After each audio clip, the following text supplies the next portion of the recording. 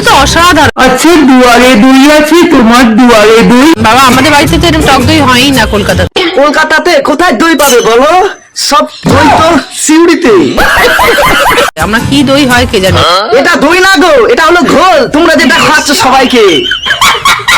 এত ভালো দই এখানকার, আমি তো এবার থেকে দই নিয়ে যাবো ভাবছি ব্যাগে করে। দইয়ের ব্যবসা ভালো ব্যবসা তো, করো করো ব্যবসা করো। তো এত ঘাস এবং গাছপালায় ভর্তি, আর সেগুলো গরু খাচ্ছে। ও তাই নাকি?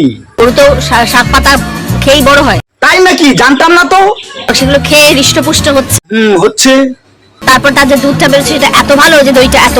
আমাদের রচনা দি খুব একটা সুন্দর গরুর রচনা বলে শোনাইলো। আর তারপর তার যে দুধটা বেরোচ্ছে সেটা এত ভালো যে বলছিলাম কি, ভোটে দাঁড়াতে গেলে কি গরুর রচনা বলতে হয়? আগে তো জানতাম না। সেখানকে ঘাস পাতা খেয়ে আমাদের গরু হৃষ্টপুষ্ট হয়। আমিও ভোটে দাঁড়াবো কিন্তু হ্যাঁ, আমি